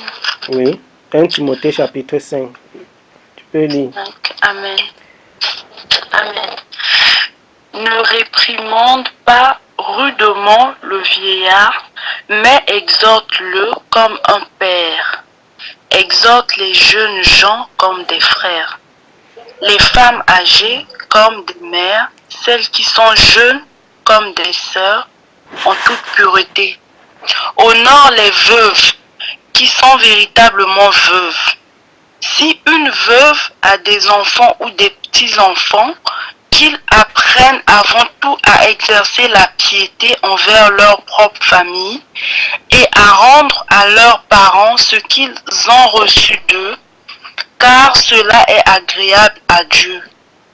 Celle qui est véritablement veuve et qui est demeurée dans l'isolement met son expérience en Dieu et persévère nuit et jour dans les supplications et les prières. Mais celle qui vit dans les plaisirs est morte, quoique vivante. Déclare-leur ces choses afin qu'elles soient irréprochables. Si quelqu'un n'a pas soin des siens, et principalement de ceux de sa famille, il a régné la foi, et il est pire qu'un infidèle. Qu'une veuve, pour être inscrite sur le rôle, n'ait pas moins de 60 ans, qu'elle ait été femme d'un seul mari, qu'elle soit recommandable par de bonnes œuvres, ayant élevé des enfants, exercé l'hospitalité, lavé les pieds des saints, secouru les malheureux, pratiqué toute espèce de bonne œuvre.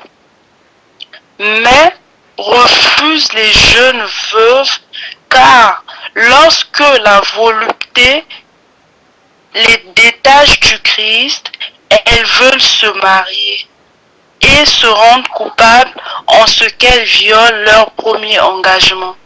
Avec cela étant oisives, elles apprennent à aller de maison en maison, et non seulement elles sont oisives, mais encore causeuses et intrigantes, disant ce qu'il ne faut pas dire.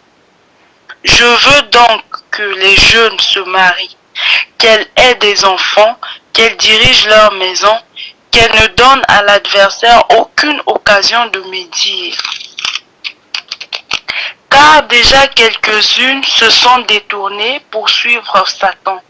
Si quelques fidèles hommes ou femmes a des veuves qui les assistent, et que l'Église n'en soit point chargée afin qu'elle puisse assister celles qui sont véritablement veuves. Que les anciens dirigeants bien soient jugés dignes d'un double honneur, surtout ceux qui travaillent à la prédication et à l'enseignement. Amen. Car l'Écriture dit, tu n'en muselleras point le bœuf quand il foule le grain, et l'ouvrier mérite son salaire. Ne reçois point d'accusation contre un ancien, si ce n'est sur la déposition de 2 ou 3 témoins. Ceux qui pêchent, reprends-les devant tous, afin que les autres aussi éprouvent de la crainte. Je te conjure devant Dieu, devant Jésus-Christ et devant les anges élus, d'observer ces choses sans prévention et de ne rien faire par faveur. N'impose les mains à personne avec précipitation et ne participe pas au péché d'autrui. Toi-même conserve-toi pur. Ne continue pas à ne boire que de l'eau, mais fais usage d'un peu de vin à cause de ton estomac et de tes fréquentes indispositions. Les péchés de certains hommes sont manifestes, même avant qu'on les juge, tandis que chez d'autres, ils ne se découvrent que dans la suite. De même, les bonnes œuvres sont manifestes, et celles qui ne le sont pas ne peuvent rester cachées. Amen. Amen. Ah Seigneur, la parole, elle est claire et limpide.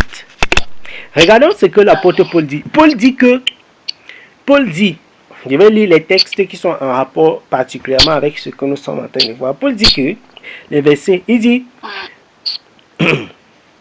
que honore les veuves qui sont véritablement veuves. Donc, il y a les veuves qui sont veuves et les veuves qui ne sont pas veuves, entre guillemets. Quand il dit qu'ils sont véritablement veuves, parce que Paul classe les veuves de plusieurs façons, selon le texte ici que nous avons lu. Je vais le dire rapidement, parce que ce n'est pas ça le but. Voici ce que Paul dit. Paul classe les veuves d'abord en fonction de leur âge. Il dit, il y a les veuves qui sont vieilles, plus de 60 ans, qui généralement ne vont plus se remarier et qui sont consacrées totalement à la prière, aux jeûnes, à l'œuvre, qui sont calmes dans leur coin, qui ne sont pas médisantes, qui ne sont pas causeuses. qui ne font pas le Congo ça dans les quartiers, qui ne détruisent pas les foyers. À plus de 60 ans, généralement, c'est ça. Ces veuves-là sont consacrées. Et elles ne vont plus se remarier. Donc, il classe les veuves en fonction de l'âge. Paul classe encore les veuves. Contrairement, il parle aussi des veuves qui sont jeunes, qui celles-là parfois font le Congo ça. Souvent, elles font le vœu. Parfois, quand elles sont veuves, peut-être elles étaient veuves étant jeunes, elles font le vœu que je ne vais plus me remarier, je vais rester seulement seule, je vais servir le Seigneur. Mais quand l'apôtre Paul dit que quand les voluptés les saisissent, elles commencent à dire que mon frère, qui veut rester seule comme ça? Non, je vais moi me marier. L'apôtre Paul dit donc elles rompent le serment. Donc elles se détachent de Christ. Ça veut dire que quoi? Elles avaient dit que je ne vais plus me remarier. Donc j'ai fait serment que je vais servir seulement le Seigneur. Je vais rester seulement avec Jésus-Christ. Mais elles rompent son serment pour partir dans les bras d'un homme. C'est de ça l'apôtre Paul parle. Bon, nous ne sommes pas dans l'étude des veuves. C'était juste pour donner là une bonne compréhension de ce que... Donc il fait une classification en fonction de l'âge. La deuxième classification, c'est en fonction de est-ce qu'elles ont un membre de leur famille qui peut prendre soin d'elles. C'est pourquoi il parlait de véritablement veuve à plusieurs reprises.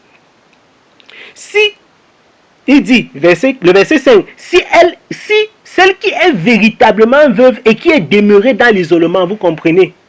Deuxième mode de classification, demeurer dans l'isolement, elle met son espérance en Dieu, préserve nuit et jour dans les prières. On dit que il dit maintenant que quoi? Que celles-là, il faut les honorer parce qu'elles sont véritablement veuves.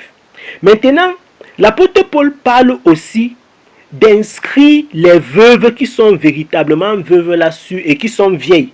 Donc, celles qui remplissent les deux critères, elles sont véritablement veuves et elles sont vieilles. C'est-à-dire, elles n'ont pas un membre de leur famille qui peut prendre soin d'elles. Et elles sont vieilles. Paul dit que celles-là, il faut les inscrire sur le rôle de l'Église. Inscrire sur le rôle de l'Église, on avait déjà vu ça une fois. Ça veut dire que l'Église doit prendre soin d'elles. Donc, quand on parle des collectes pour les saints, c'est aussi pour ça. Quelles sont les veuves et les orphelins qu'il y a dans cette communauté? Nous devons prendre soin d'eux et d'elles. C'est ça. Les malades, etc. C'est ça l'œuvre du Seigneur. Maintenant, regardez ce que l'apôtre Paul déclare. Il dit que si une veuve a des enfants ou des petits-enfants, qu'ils apprennent à exercer, nous sommes au verset 4, à exercer la piété envers leur propre famille et à rendre leurs parents ce qu'ils ont reçu d'eux. La fin de ce verset dit quoi? Car cela est agréable à Dieu. Maintenant, il y a des pasteurs qui ne vont jamais vous prêcher que par terre visiter vos grands-mères, vos grands-pères.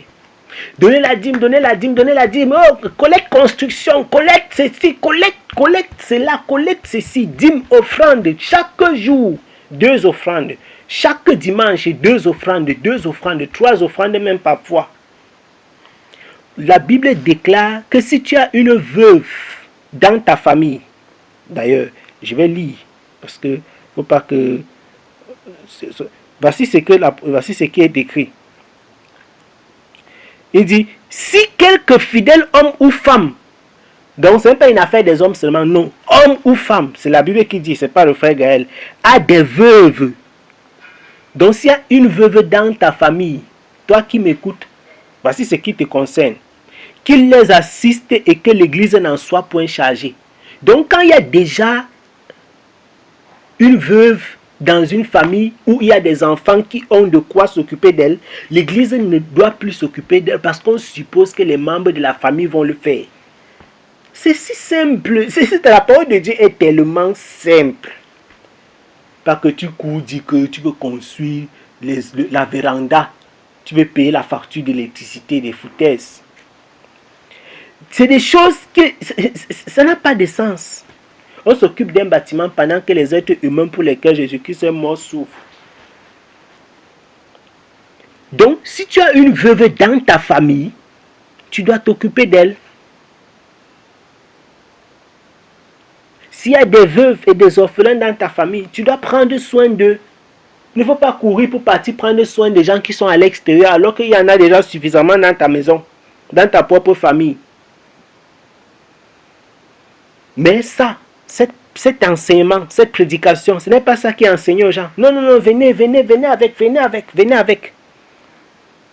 Il dit que si quelqu'un, je suis en train de lire de façon saccadée, si quelqu'un n'a pas soin des siens, et principalement de ceux de sa famille, il a renié la foi. Il est pire qu'un infidèle. Et maintenant, les gens qui ne veulent même pas aider leur père, leur mère, il y a des gens qu'on a même dit que son père ou sa mère sont des sorciers. Oh, ton père et ta mère sont les vampires, ne t'occupe pas d'eux, ne les gère plus. Oh, ton père et ta mère sont montés, sont descendus. Ta grand-mère a fait ceci, ta grand-mère a fait cela. On a des problèmes vraiment, hein. On a des problèmes avec Dieu. Beaucoup même, beaucoup de problèmes. Beaucoup. Dieu a dit sa part, vous avez dit pour vous. Maintenant, les veuves, elles sont là, elles souffrent. Les grands-mères, on a beaucoup de grands-mères qui ont beaucoup de petits-fils. Il faut les voir dans les villages. Si on te dit que la grand-mère, si son petit-fils, c'est un grand, je ne sais pas quoi, tu vois dans quelles conditions de vie, dans quelles conditions elles vivent et tout. Parfois, elles sont même malades. On ne veut même pas savoir si elles se soignent, si elles... Non. Il veut seulement savoir, il veut seulement payer la dîme. Tout ce qui l'intéresse, c'est être l'ami du pasteur. C'est compliqué, hein? C'est très compliqué. Et donc, vous avez vu le texte dont j'ai parlé tout à l'heure, concernant les serviteurs de Dieu, qu'ils sont dignes de respect. Donc, nous n'avons pas dit qu'il faut mépriser les serviteurs. On dit que non, ils doivent avoir du respect. On leur doit plutôt du respect. Ceux qui prêchent la parole, les anciens qui dirigent, ils doivent être respectés. Et on doit leur apporter aussi le nécessaire pour leur vie. Mais ça doit être volontaire, mu, poussé par l'esprit et jamais une contrainte. Jamais une contrainte. Le chrétien doit ressentir en lui-même sa propre contrainte. Lui-même doit se fixer, doit se dire que non, je dois le faire pour tel frère qui, voilà. Et non qu'on a dit que non, tu as donné la dîme, tu n'as pas payé ceci, tu n'as pas payé cela, tu n'as pas fait cela tel mois, tu n'as pas fait... Non, non, non, non. Zéro bénédiction dans ça. Et surtout, s'occuper des membres de nos familles qui souffrent. C'est ça la manifestation de l'amour, car ça commence par les plus proches, par ceux qui sont à côté, qui nous voient au quotidien. On laisse les malades dans la famille, on laisse la veuve, l'orphelin dans la famille, on laisse la personne à qui on pouvait... Et puis, tu vas voir les gens, ils prient, ils jeûnent. Matin, midi, soir, Seigneur, change ma famille, change ma famille. Parfois, on n'arrive même pas à manifester de l'amour pour ces membres de la famille là, pour ces personnes qui sont proches là. Et on dit que Dieu les change, Dieu les change, Dieu les change. Pourtant, la manifestation de l'amour, c'est la plus grande prédication. La manifestation de l'amour, c'est la plus grande des prédications. Donner de l'amour à ceux qui nous entourent.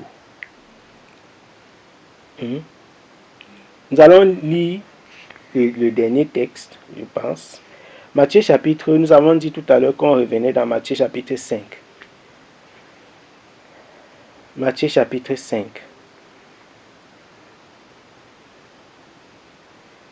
Matthieu chapitre 5.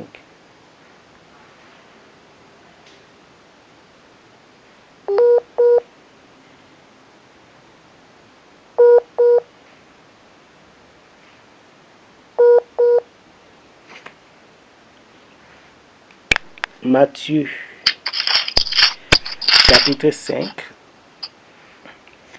Oui. Oh Seigneur. Tout le chapitre. Non, on va lire une partie. Donc je vais te donner la référence. Matthieu.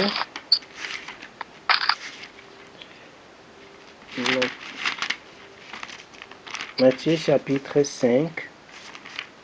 Alors nous allons lire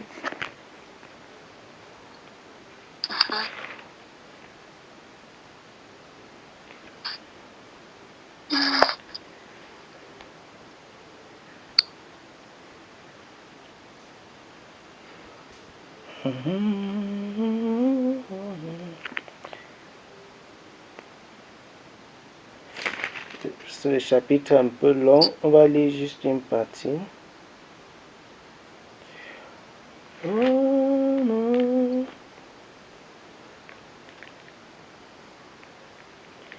Alors, nous allons lire à partir de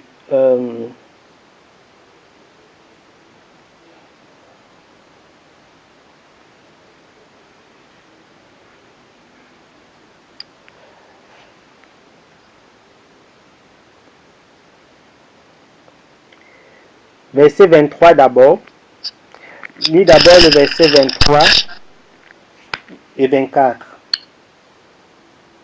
Amen. Car au Seigneur.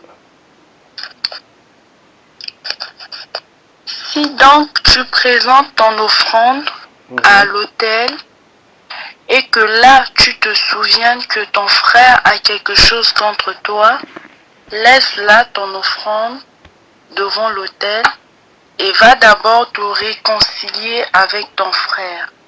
Puis viens présenter ton offrande. Amen. Amen. Donc, l'offrande et la paix avec les bien-aimés. Il faut être en paix avec les personnes, avec ton frère, avec les membres. Donc, nous sommes en train de voir dans la Bible comment est-ce que le chrétien doit donner pour que ce soit agréable à Dieu. Et il y a des gens qui se lèvent, ils partent donner avec les querelles partout. Quelqu'un est un querelleur de premier niveau. Une querelleuse de premier niveau. C'est-à-dire matin, midi, soir, il est dans les problèmes avec son père, sa mère, son frère, sa soeur, sa femme, son oncle, sa grand-mère, tout le monde, il a les problèmes avec eux. Mais il faut voir comment il donne.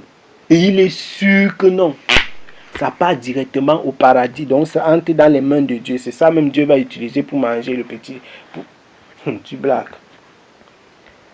La Bible déclare dans le livre d'Hébreux que quoi? Recherchez quoi? Recherchez la paix avec tous. Recherchez, nous devons rechercher la paix avec tous. Naturellement, on ne peut pas toujours, et ça, il faut le reconnaître, on ne peut pas toujours avoir la paix avec tout le monde. Mais autant que cela est possible, recherchez la paix avec tous. Recherchez la paix avec tous. Maintenant, Matthieu 25. Je lis. Ou bien non, la sœur, tu vas lire la fin de Matthieu chapitre 25. Matthieu chapitre 25. La fin, tu vas lire à partir du verset 36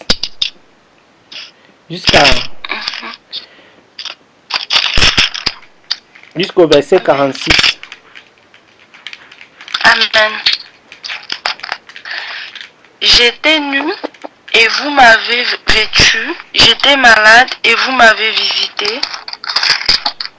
J'étais en prison et vous êtes venus vers moi. Les justes lui répondront, Seigneur, quand avons-nous vu avoir faim et t'avons-nous donné à manger, ou avoir soif et t'avons-nous donné à boire? Quand avons-nous vu étranger et t'avons-nous recueilli, ou nu et t'avons-nous vêtu? Quand avons-nous vu malade ou en prison et sommes-nous allés vers toi?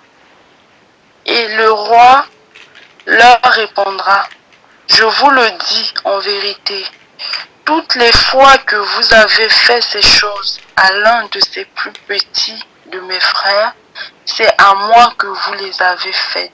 Amen. Ensuite, il dira à ceux qui seront à sa gauche, retirez-vous de moi, maudits, allez dans le feu éternel qui a été préparé pour le diable et pour ses anges. Car j'ai eu faim et vous ne m'avez pas donné à manger. J'ai eu soif et vous ne m'avez pas donné à boire. J'étais étranger et vous ne m'avez pas recueilli. J'étais nu et vous ne m'avez pas vêtu.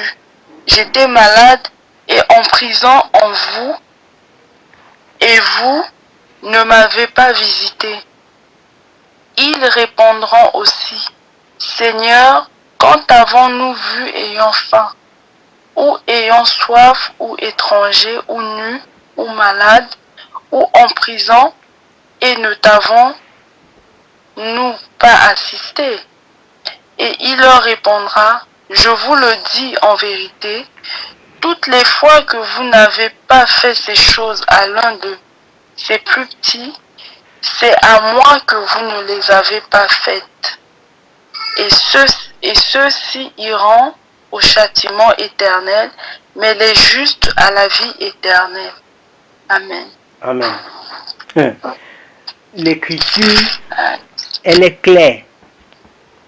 Elle est limpide. Je crois que là, c'est le texte parfait pour conclure. Comment donner? Jésus répond. Est-ce que vous avez vu ici, Jésus dit que quand vous avez donné au pasteur, ou bien vous avez donné au prophète, ou bien, non, un de ces petits, le pasteur peut être inclus. Et Jésus ne dit que le pasteur, ou bien les prophètes, ou bien les serviteurs de Dieu ne sont pas inclus. Mais, c'est quand tu donnes à une personne qui est dans un besoin. C'est quand tu donnes à quelqu'un par amour, motivé par l'amour que tu as donné à Dieu. Ce n'est pas quand tu donnes pour construire le temple. Je plains les gens qui passent le temps à cotiser tous les millions. Ils laissent les parents qui sont malades au lieu de les soigner. Leurs oncles, leurs tantes, leurs cousins, leurs grands-mères, leurs pères, leurs soeurs, leurs frères, leurs enfants. Même les enfants des gens, ils n'arrivent pas à les soigner parce qu'ils veulent cotiser, faire les contributions pour construire les escaliers. Je plains. J'ai pitié. Vraiment, je plains. C'est triste. Mais un jour, peut-être, si le Seigneur leur fait grâce avant de mourir, ils sauront. Sinon, ils vont se retrouver dans le groupe ci. Sinon, ils vont se retrouver dans le groupe qui ira aux peines éternelles. Jésus dit que j'ai eu faim, j'ai eu soif. Qui sont ceux qui ont faim? Qui sont ceux qui ont soif? Qui sont ceux qui sont en prison? Si ce ne sont pas les prisonniers. On peut rendre visite à qui en prison? Au gars des prisonniers. Non, le gars des prisonniers est libre. Tu peux le retrouver chez lui à la maison. Donc quand tu pars en prison, c'est pour voir les prisonniers. Et quand j'imagine que quelqu'un va rendre visite à un prisonnier et on va le reprendre. Oh Seigneur, qu'est-ce que l'Église est devenue? Qu'est-ce que la parole de Dieu est devenue? Jésus dit que j'ai eu faim et vous ne m'avez pas donné à manger. J'ai eu soif, vous ne m'avez pas donné à boire.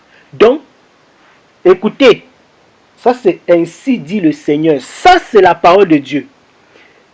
Les personnes que vous pouvez, sans te gratter, c'est que la Bible déclare. Il y a des gens que quand tu leur fais du bien, tu peux dormir sur tes deux oreilles en sachant que tu as fait à Dieu. Ce sont les personnes qui ont faim, qui ont soif. Ce sont les prisonniers. Ce sont les personnes qui n'ont pas d'abri. Ce sont les orphelins. Ce sont les veuves.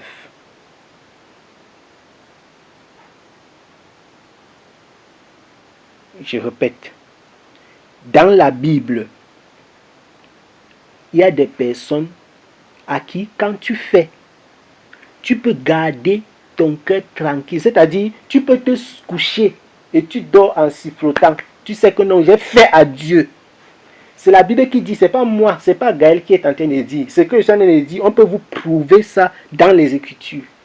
On n'a pas cité Église, Jésus sauve et fait ceci. Non, on n'a pas cité ça. Jésus n'a pas parlé de ça. Il a dit, j'ai eu faim. Ce sont les nécessiteux, donc c'est-à-dire ceux qui ont faim, ceux qui ont soif, ceux qui sont sans abri. Ou alors des étrangers de passage. Les prisonniers. Voilà les groupes dont le texte s'y parle. Et Jacques a ajouté la religion pure. On a parlé des orphelins, des veuves, les pauvres, de Genèse à Apocalypse. On pouvait lire beaucoup d'autres textes, mes bien-aimés. Je ne m'arrête pas ici, parce que la Bible est finie. Non, on pouvait lire plein d'autres textes. Vous connaissez l'histoire du bon samaritain, etc. Je dis, il y a beaucoup. On pouvait lire encore et encore et encore, et rentrer, et relire et relire. Si vous voulez faire quelque chose pour la gloire du Seigneur, mes bien-aimés, comment donner? Est-ce que c'est les dîmes? Est-ce que c'est les offrandes pour la construction du temple? Est-ce que c'est les offrandes pour les vacances du pasteur? Non. Alors voici. Voici comment donner pour plaire au Seigneur. 1. Vous devez avoir de l'amour dans votre cœur. Votre don doit toujours, 1 Corinthiens chapitre 10, verset 31. Tout ce que nous faisons doit être pour la gloire de Dieu. Donc, notre don doit toujours être motivé par l'amour. Première condition. S'il n'y a pas d'amour, vraiment, tout ce qu'on a dit là, c'est zéro. Vous devez, et nous devons donner par amour. 2. Nous devons nous rassurer que quand nous donnons, ce n'est pas pour que quelqu'un voie, ce n'est pas par comparaison. La main gauche ne doit pas voir ce que la main droite donne. La main gauche ne doit pas voir ce que la main droite donne. Et la personne qui est devant, les gens qui sont là, ne doivent pas venir pour applaudir parce que tu as donné. Donc, deuxième chose. 1. L'amour. 2. On ne doit pas, ce n'est pas par vantardise, ce n'est pas par comparaison, ce n'est pas par orgueil.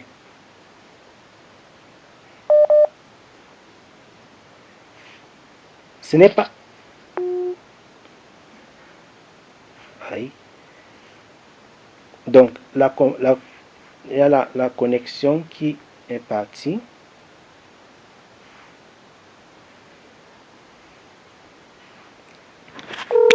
La connexion.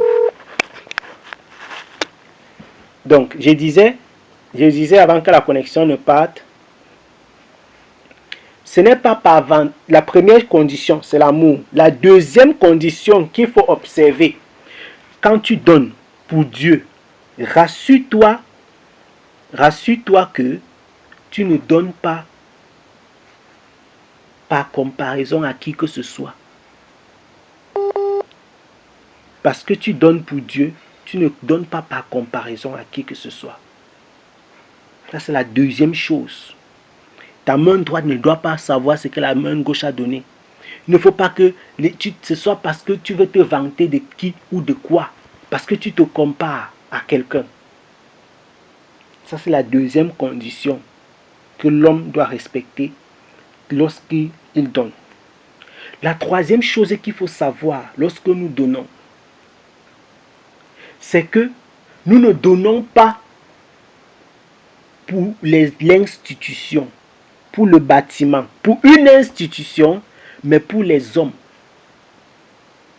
Pour les hommes, pour l'Église. L'Église, c'est le corps de Christ, c'est nous. Nous ne donnons pas à une institution, nous donnons à l'Église, qui est le corps de Christ. Quatrième chose, avant de donner à l'Église, rassure-toi que tu donnes aussi à ceux qui sont autour de toi. Ta famille, tes parents, très important, les parents et les grands-parents, les veuves qui sont dans ta famille, mais particulièrement tes parents et tes grands-parents. Voilà les façons de faire l'œuvre de Dieu. La Bible, on a lu, il dit que c'est ce qui est agréable à Dieu. C'est ce que l'apôtre Paul a dit dans 1 Timothée chapitre 5. Car cela est agréable à Dieu. Ça, c'est la quatrième chose que nous allons dire. La cinquième chose que nous allons dire concernant le don. Si vous voulez donner à Dieu, sachez qu'il y a des groupes particulièrement indexés dans la Bible. On a parlé déjà des orphelins et des veuves. Pas seulement ceux de votre famille, mais les orphelins et les veuves qui sont dans la société. Dans ton quartier, dans ta ville. Les prisonniers, les sans-abri, les étrangers, ceux qui ont faim et soif, ceux qui n'ont pas de maison, pour parler de façon simple, pour ceux qui ne comprennent pas. Voilà. Voilà la façon de donner. Voilà la façon de manifester l'amour. Par le don. Quand nous donnons de cette façon que nous avons dit aujourd'hui, nous plaisons au Seigneur dans notre don. Et naturellement, nous avons dit que ce que nous disons, ça n'exclut pas que les serviteurs de Dieu, on peut donner aux serviteurs de Dieu selon que le Seigneur met à cœur à chacun. Ça, c'est l'enseignement des Écritures. Jamais sous la contrainte. Jamais sous la contrainte. Mais tout doit être mu par l'amour et le désir de rendre gloire au Seigneur. Si nous respectons cette façon de donner, cette façon de faire, cette façon de procéder, mes bien-aimés, je vous assure que les hommes seront bénis. Vous serez bénis parce que votre don va plaire à Dieu. Bien évidemment, il y a des choses dont nous n'avons pas parlé. On a déjà parlé de l'amour. Si on parlait d'amour, ça veut dire que ce n'est pas le superflu que tu donnes, c'est vraiment ce que tu as, c'est vraiment ce que le Seigneur a suscité dans ton cœur. Quand nous donnons de cette façon, il y a une bénédiction attachée à ça. Et tu ne verras pas Dieu au dernier jour dire que j'étais malade. Non, non, non. Mais si au contraire, nous faisons les malins, je vais donner ma dîme, comme ça il serait béni. Je vais donner ceci, comme ça il serait l'ami du pasteur. Nous sommes en train de nous mettre un doigt dans l'œil. Parce que Dieu est plus grand que ton cœur. Dieu est plus grand que notre cœur. Et il sait toutes choses, dit la parole. L'homme trompe-t-il Dieu? Nous avons lu encore, je lisais encore aujourd'hui avec mon épouse dans le livre de Job. Est-ce qu'on peut tromper? Est-ce que tu peux tromper Dieu? Jamais. Donc, mes bien-aimés, voilà la façon biblique de donner. Voilà la façon biblique de donner. Et quiconque donne ainsi sera agréable à Dieu. Amen.